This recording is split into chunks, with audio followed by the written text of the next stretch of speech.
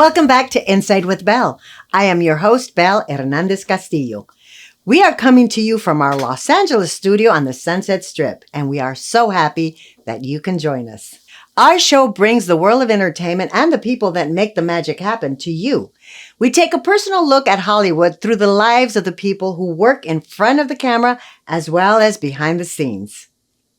Today, we delve into the world of special effects makeup. Special effects makeup artists create the monsters, superheroes, and beautiful magical creatures we all love to watch. It is definitely not your usual makeup job. The artists use makeup and prosthetics to give performers abrasions, wounds, deformities, animal features, or just make an actor look slightly older or homely, or create an otherworldly monster. It has been a source of wonder and mystery since the early days of film. Who can forget the film The Wizard of Oz, with Dorothy's three imaginary friends, the Tin Man, the Cowardly Lion, and the Scarecrow? What great makeup jobs those were. Today, special effects makeup has become essential in producing high-quality films and television shows, being used to create everything from realistic props to unbelievably gruesome or beautiful creatures. Most recently, we saw the artistry of makeup and hair designer Donald Mawad, who worked on creating the concept and the look for the characters in director Denis Villeneuve's adaptation of Dune. But what is special effects makeup exactly? And how does it work? And how does one get a job as a special effects makeup artist? We will look into all of these questions in my interview with special effects makeup artist Jennifer J.Q. Quinteros. Jennifer started her career working on the character of Mystique, played by Jennifer Lawrence in X-Men First Class. She worked herself up from apprentice to head of the makeup department in various films since. So stay tuned and don't go away because we'll be right back.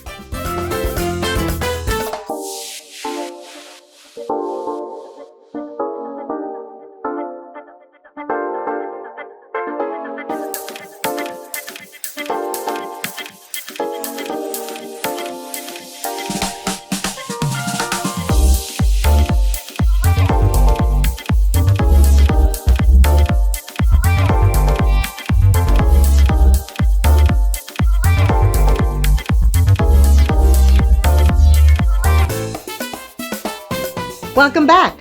A native of New Mexico, Jennifer J.Q. Quinteros has been singled out as a special effects makeup artist to watch since her first job in the film X-Men First Class. A former medical student, JQ has a unique familiarity with human anatomy, allowing her to understand how the body reacts to external stimuli and to maintain attention to detail across each and every genre she works in.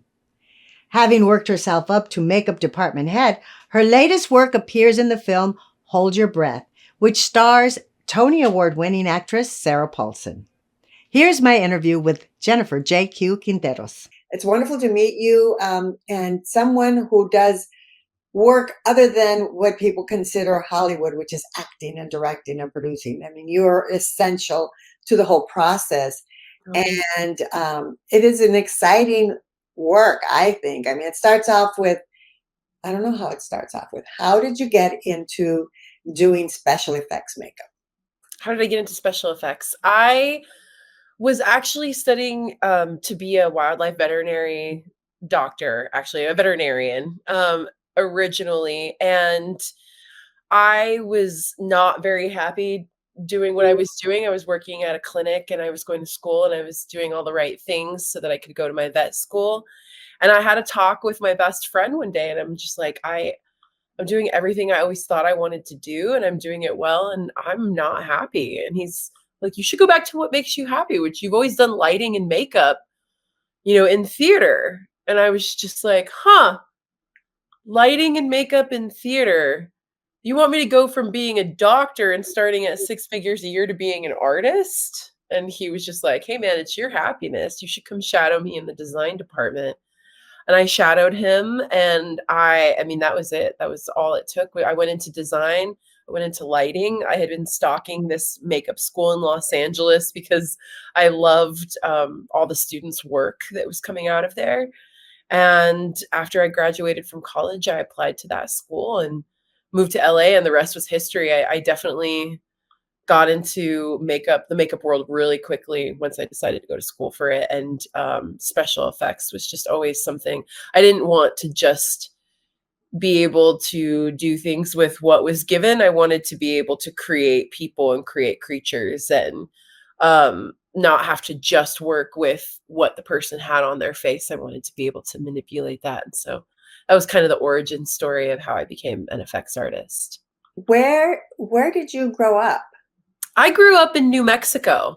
I was actually raised in Albuquerque, New Mexico, and in Santa Fe, New Mexico. I was born in Texas, and so I was raised in a very unique, small. It's the fifth largest state in the United States, but its population is very small, and so it didn't have a ton of resources. And they call New Mexico the land of entrapment when you grow up there, because you kind of seem to not be able to get out of New Mexico. It's really the land of enchantment, right? Yeah. That's Oh, it the usual name, but you call it entrapment. Yeah, anybody who grew up in New Mexico will you'll hear the land of entrapment for sure. But yeah, so there wasn't a lot of opportunity at the time. The film scene wasn't what it is now. It definitely was not like that. We had lost our incentive at that point in time, and it wasn't a nurturing environment for film. The only show in New Mexico at that time was Breaking Bad. Breaking Bad had just started filming there, their very first season when I left. It's got a magical feel. The state Yeah. has a magical reputation, Oh, like yeah. like the book "Bless Me Ultima" from so it's Absolutely. yeah, but going from magical to what they say in your bio is that you have a panache for violent and surreal. How do we go from magical state to having a panache for violent and surreal, which is something that you work with in your films? I do. I think it's really important to know dualities when it comes to knowing and exploring anyone. So if you see a side to one person, guaranteed there's the flip of that coin. And New Mexico is very much like that, actually, because if you grow up there, it is so magical and so enchanting and very beautiful, but it's also highly aggressive. And you need to be a little bit rough around the edges to do well there and to survive there. And that goes from the people to the plants. So it's a little bit rough, and it's unnurturing. It's not nurturing to people who can't handle being without. So when it came to me as a special effects artist with violence and realism, I find that a hilarious, comparison, because actually, yeah, what I love to create when it comes to special effects, the violence is more like body horror. It's I don't like, Texas Chainsaw Massacre, like chopping somebody up with chainsaw, that kind of special effects. Cool, cool, cool. Not necessarily for me, but realism and the brutality, I like to call it brutalism, I guess, in that way, of realism is what I love the most. I love to recreate or create things that actually can happen or do happen to people. And I think that really hits the audience in different ways. Like with Hold Your Breath, there's a hand sewing scene in the movie.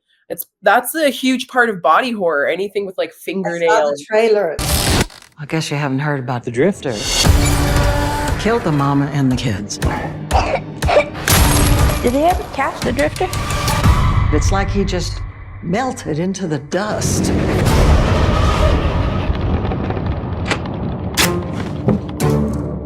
The gray man is everywhere. You can't keep him out. Didn't I ask you to tie the doors? I did! He seeps through the cracks and gets inside you. He's all around us. If you breathe him in, he'll make you do terrible things. He'll make you do terrible. That movie is coming up, right? It's Sarah Yes. Paulson. Yeah. And it's one of those kind of horror, suspense movies that I like. I'm like you. I don't like the chopping up and all that, Mhm. but the surreal. Yeah, I mean, anytime you want to get closer to somebody, like bring yourself to the body, and when we are in states of stress and we are in situations like Margaret is in Hold Your Breath, where she's not necessarily as connected to her reality as she would be because of severe stress and hypervigilance. And so there's this scene in the movie where she's literally sewing into the palm of her hand before she realizes this is happening. Her daughter points it out. And to be that disconnected to your body, but for the entire audience to kind of know what it would feel like, even though people don't sew things into their hands on purpose, they would kind of know what it would feel like to have a needle puncture through and have a thread come through your skin, and everybody in the audience is just like, and just because you don't want your body to be feeling that. I love creating those types of effects. So was that one of your effects that you Yeah. created? Well, I designed and department headed the whole thing, the Oh. beauty and the special effects. So I did everything from creating the replica bodies of our actors, which are these gorgeous silicone bodies that my lab Autonomous Effects made, to the pieces that went on Sarah, the prosthetics that went on our character Esther, to the character makeups on Eben. I designed all of it and figured out how to fabricate or create all of it, either through myself or the lab. So And it's how long has it been since you started to being the head of how many projects? Because it's a process. You work yourself up to a department head. Is that correct? That's usually correct. I got thrown into department heading my very first job in the union. What? Yeah, so when I got into Local 706, it took a long time to get into 706 to get your days and to qualify for that. But when I got into 706, my very first feature was Clemency, starring Alfre Woodard, and I department headed that. And I think the industry at large has known me as a department head, even when I was non-union, because I did get a lot of the jobs by myself. At first, you start by yourself. But when I became union, and when I got into 706 in LA, producers trusted me right away. They were just like, I have this feature. Will you department head it? And I did. I said yes. And a lot of people would be like, "Ooh, I don't know. I think I need to get my feet wet." Like, bueno pues, I don't like. When are you going to do it? We're not given opportunities like this. Yes, Why? exactly. Jump in when they give it to you. Just go for it. Yes, just jump. I come from a very hardworking military Catholic Mexican family. And I'm doing something out of the norm. Like, I better be jumping. Yeah. It's kind of that thing like, okay, you were set up, go do it. And so that's how I got into department heading. That's what your attitude reminds me of, and I'm sure you've seen this, Guillermo del Toro, when they ask him, how can you make such horror movies and yet you're such a beautiful, jovial person? And he goes, I'm Mexican. And everybody laughs. Exactly. Because it comes from that duality, right? From, Yeah. They honor, like he said, you honor the Day of the Dead as something beautiful. And the line is very, fine line between both. Yeah, I'm very flattered by that comparison. Thank you. And I have met Guillermo del Toro, and he is so sweet. Yes. And really appreciates it if you can speak to him in Spanish. He doesn't ask for it, but he gets very, humbled and happy about that. But it's just, you're right. I have noticed my culture has prepared me to go for it. And all those things, whether it comes to the art, like we said, the darkness and the light, not being afraid of the darkness because of that's why you see the beautiful light. That's part of our culture. Things don't come easy. That's okay. We've got a lot of love. But we also know the reality of things. And I'm personally am not afraid to go there when it comes to the artistry. And I'm not afraid of creating that. Which is, again, something that Hold Your Breath really allowed me to do. It allowed me to create some cool, realistic stuff. And I love that because it feels like I'm never lying to the audience. I'm showing you things that actually happen to people in that movie, aside from some hand sewing. Hopefully that's not happening. But you also have another project that's coming up, and it's called Opus. Yes. And tell us a little bit about that and what you did as far as special effects on that. Yeah, well, so I also department headed and designed the beauty and the special effects for Opus. So everything you see, I designed. And again, my lab autonomous effects, they were the ones who created pieces for me. But that is another psychological thriller in a totally different vein. That has to do with society, with social media, with fame. Ayo Edibiri from The Bear is our lead. So she, she's an incredibly talented actress and is really blowing up right now. And I feel like I'm slowly making my way through the cast of The Bear because Eben was in Hold Your Breath, Ayo's in Opus, but Opus is a psychological thriller about what society does to people and what fame does to people. And that is also a type of body horror film as well in a totally different way. It has an ensemble cast, so you really get to see storylines and characters pop off a little bit. Unlike Hold Your Breath, which is very centered and focused on this one family and specifically this one character, Margaret, Opus is going to be a lot of fun because although Ayo's character is the lead character, John Malkovich is playing, our antagonist. And we go into John's character's world, and I can't talk too much about it, but I can't wait for people to see that one as well. Cause I mean, Be a mind blower, right? well, and it also it's just weird. It's weird. Yeah. And I worked with Ari Aster before people knew Hereditary and what Midsummer was. And Ari was a great director to work for because he was just weird and he wanted realism and he was weird about storytelling. And I really love to tell his stories. So when I met this director, Mag, on Opus, Mark Anthony Green, it's his very first feature. He reminded me a lot of Ari in the sense of you're so weird. I can't wait to tell this story with you. This is going to be a really cool thriller as well. Oh, that's great. It's a good teaser. So definitely, people love to see things that you don't experience much. Yeah, no, it's weird. It. Yes. Yeah, it's definitely some original content for sure. So let me ask you, at what point did X-Men First Class, the makeup that you did for Jennifer Lawrence, at what point in your career did that come?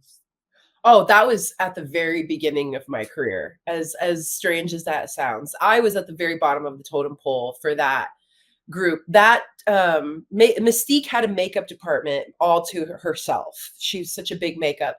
And on X-Men, a lot of the mutants had their own makeup departments. So Lu Fong Q was the department head for that. And man, that was the most invaluable job ever. Just the scale that it was, X-Men First Class was a huge movie. And by that, I mean, they shot 3 months in the UK, 3 months in Atlanta, Georgia, and then I think 3 in Los Angeles. I could be getting that wrong. It was over 10 years ago. But that makeup had everything to do with combining special effects and beauty, which is something I had been told over and over to start mastering in the effects world, especially as women were becoming big in the effects world. And if it weren't for Lu Fong giving me the chance to be with her entire team and assisting them in all of their parts of it, whether it be the paperwork to holding a little mask over Jennifer's face while we airbrush all at the same time, I learned every section of the makeup department and how to be a supportive team member and to how to really support your department head. And that is actually what made me, I think, be able to get into department heading a lot faster, was because I knew what it was like to help the person who wasn't getting any sleep, was answering all the emails, was on set the whole time, and was definitely still having to execute the makeup perfectly every day. I don't know if I would have really understood what it meant to be a department head and what it looked like to be a good one. I've had such great department heads that I've keyed under and that I've worked under. And if it weren't for them, like, I don't know if I would know what that looked like. Um, and that really gave me, X-Men gave me everything I needed to go forward in this. It was, there's those projects, man. They're the ones that just really push you out of that nest. I got X-Men First Class 11 months after graduating from makeup school. I wasn't I hadn't even been in LA for a year yet. It was This incredible. means that this was chosen. I mean, thank your friend Oh, who yeah. suggested that you needed to have something that really connected you. Absolutely. Absolutely. Yeah, I'm forever thankful, especially for that experience. Yeah. You talk about the company that created your I guess your Prosthetics. prosthetics and all that. Is that your company? No, that is Jason Collins' company, Autonomous FX. Jason is an incredible makeup artist. He's an incredible department head. He's an incredible shop owner. He's incredible at everything.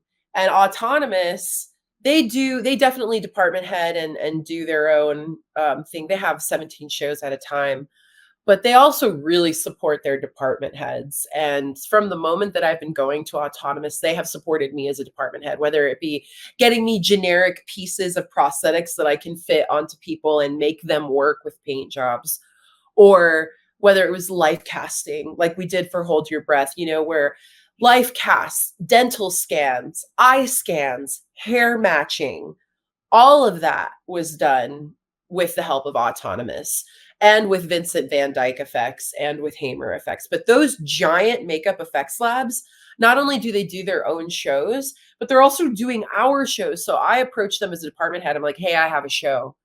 Will you guys do this show with me? This is how much money I have. Or, I want to build these things. Will you send me a bid so that I can tell the production company? So Autonomous made all of my prosthetics for me. As I designed things, they worked really, really closely with me. I was like, this palm gag with Sarah, we have to have a protective plate because she's going to sew into it herself over and over and over again. We need to be able to set and reset it. So Jason created, the palm prosthetic so that all my edges fell off behind the fingers. It's stuff like that, so that nothing's like a piece right here. Instead, the piece like falls over the whole hand. It's little tweaks like that that make a lab like that invaluable to you as a department head, because I know what I need to see and what I'm designing, and they're going to help me take it a step further so that my application is flawless. And if it weren't for Autonomous, we wouldn't have those gorgeous bodies, which you'll see in the film. And I don't want to give too much away, but one of the coolest parts about Hold Your Breath is it holds the last piece of art from Autonomous. Because you've given us the passion, because you have the passion, but you've also given us the breakdown of the work and how it takes it just takes passion, because like you said, if you weren't ready, you didn't have that passion when they asked you to be the head, you would have said no, and it would have taken you longer. So what would you, that's probably something you would tell someone that wants to get into the business, anywhere of the business, right? Yeah, definitely. I mean, it takes guts, man. Like even the softest, kindest, sweetest people in the industry, have huevos. Like, Yes. it's just one of those things where I do think my culture, for me being so out there, and unafraid to connect. That's what I give my culture the most credit for, is lack of fear of connection. I am not afraid to connect with anybody. And I think that makes me a really good department head. But if you're going to go into the industry, especially right now, the industry is shrinking. It is tough. It is becoming more competitive again. But it's like, if you're going to say, no, I don't think I'm ready. Well, guess what? The person who offered you that job is going to see you as unready for the rest of the time. Yeah. And you didn't jump when they gave you this opportunity. And, frankly, I think more people, if they just were less afraid in the moment, or heck, use the fear, I use the fear all the time, but if they were less afraid, we would have some really good leaders out there right now. Wow. Yeah. I would like to stay in touch. I'm going to start following you. Where can we follow you? You can follow me at JM Quinteros, Quinteros, on Instagram. That's where I am. Yeah. Okay. Thank you so much. we'll be seeing your work and following you. Thanks for your Bye-bye. time. Welcome to Courtyard Entertainment. We do a lot here, but don't worry, we'll break it down for you. We're the creative powerhouse behind your brand's next big move. Need a commercial? A social media campaign? A killer short film? We've got you covered. Our team of dreamers and doers specializes in media production, brand storytelling, podcast development, and script consultations. So what are you waiting for? Let's create something unforgettable together. Visit courtyardentertainment.com to get started. Special effects makeup is a fascinating career, but it is also detailed and tedious work. If anyone is considering this as a career, consider patience is a virtue as something you will need. Here are some instances of how long some actors have needed to stay in the makeup chair while makeup artists worked on transforming them. The longest special effects makeup application to date was Rod Steiger, who endured 20 hours in the makeup chair each day for his role in the 1968 film The Illustrated Man. To date, this is the Guinness World Record holder for the longest makeup application time. The makeup process for Jim Carrey's Grinch in How the Grinch Stole Christmas took 8.5 hours the first time, but eventually reduced to 2.5 hours. Special effects makeup artists find inspiration from many sources, including fashion shows, museums, galleries, books, nature, and everyday life. And if you like working with makeup and have a curious mind and love to do research, this might be a good career for you. You can start learning about makeup by watching Face Off, the reality TV show on Peacock that features prosthetic makeup artists competing in challenges to create effects for science fiction, fantasy, and horror films. That's our show for today. Thanks for watching, and we'll see you next week on Inside with Belle.